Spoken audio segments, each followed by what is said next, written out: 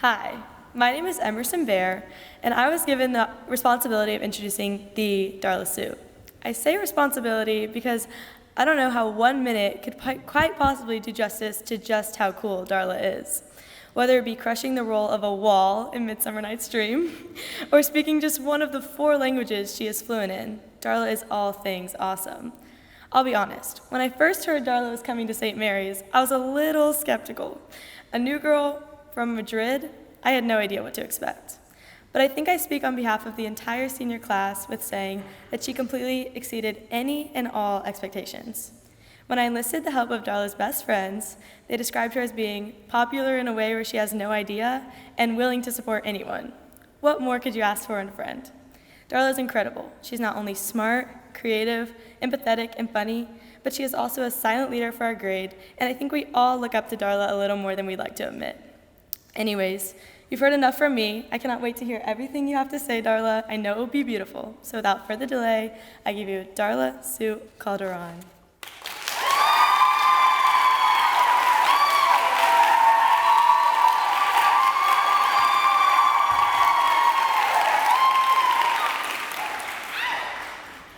Somos juventud efímera. The phrase on my night table taken out of a song. Can anyone tell me what it means? We are ephemeral youth. I've gotten many, what does that mean, and why that phrase whenever someone sees it. It can either be a reminder that our youth is transient. We get a few years, but like everything else, it won't last. Or it can be that we're youth all our lives.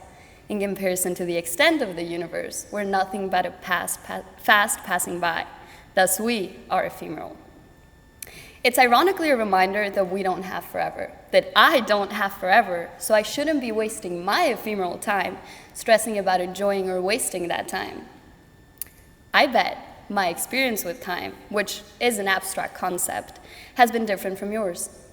I never spend too much time living in a place.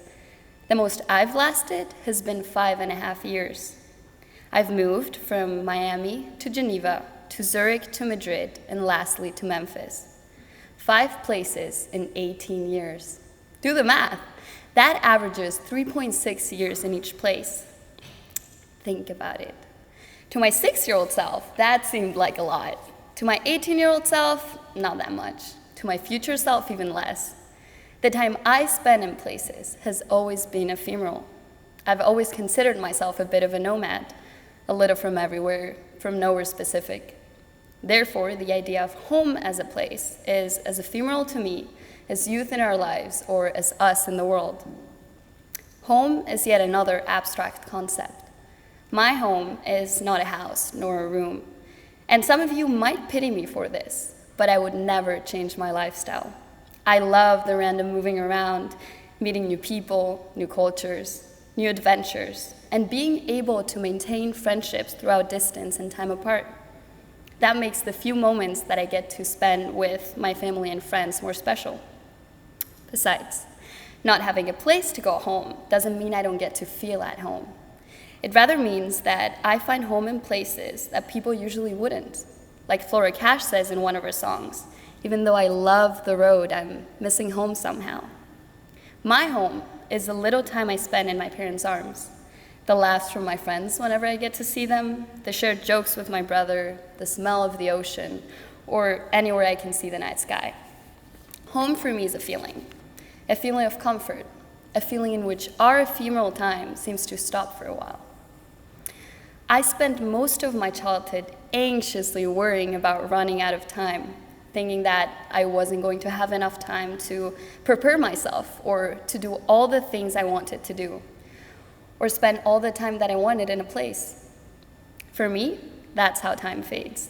I was eager to grow up fast, and later I just wanted time to slow down because I felt like I wasn't going to have enough.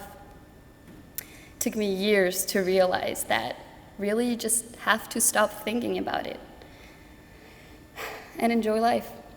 Ironically, in this ephemeral time, we have to take it slow. Our experience in life is brief. Maybe that's why the concept of time was created. However, we shouldn't measure our lives in time. It's a part of our lives, but we can't obsess over it. We should measure it in hugs, smiles, or honestly, not measure it at all. Live, breathe. I recommend that we practice reminding ourselves to enjoy the ephemeral time we have without thinking about it, and taking all the time in the world to just wander around life. I would like to finish this off with a poem that I wrote a couple of years ago, which sums all of this up. Places under my feet, people on my mind, always on the flee, not the settling kind.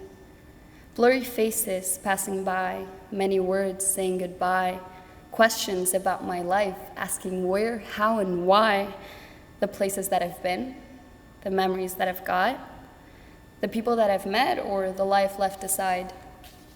They ask me how I've been, they wonder where I'm at, they want to know my life, but only the pretty parts. It's a way of life, leaving after some time, always on the run, not the staying type, never fitting in, always from outside, a daughter of the seas, a wanderer of dreams. Home is not a place, it's a feeling deep inside. It's the counting of the stars, the distance between us. I guess it's the traces of my feet walking in sand, my footsteps leaving marks, then erased and stamped, my memories and pictures hanging on the walls, my name in many lips with accents of all kinds. The blank spaces on a map, that's where I'm from, in the minds of those left behind, in the never given hugs. I'm forgotten after some time, remembered by the heart. I give some words of comfort, but I'm never looking back. I'm running away, don't expect me to stay. I would say goodbye, but you'll see me again. Thank you.